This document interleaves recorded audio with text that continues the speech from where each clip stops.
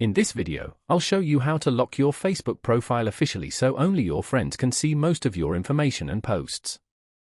First, open the Facebook app on your phone and make sure you are logged into your account. Once the app opens, tap your profile picture to go to your profile page. On your profile, look for the three dots next to the Edit Profile button and tap on it to open more profile options. A menu will appear with several settings related to your profile. From this list, find and tap the option called Lock Profile. After tapping it, you will see a short explanation of what profile locking does.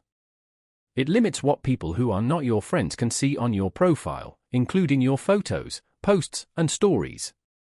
To continue, tap the Lock Your Profile button at the bottom of the screen. Facebook will then apply the changes automatically and your profile will be locked. Once it's done, you will see a confirmation message showing that your profile is now protected.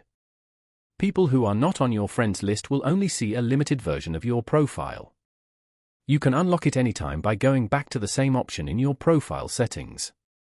If you found this video helpful, make sure to like the video and subscribe to the channel for more simple tech tips and tutorials.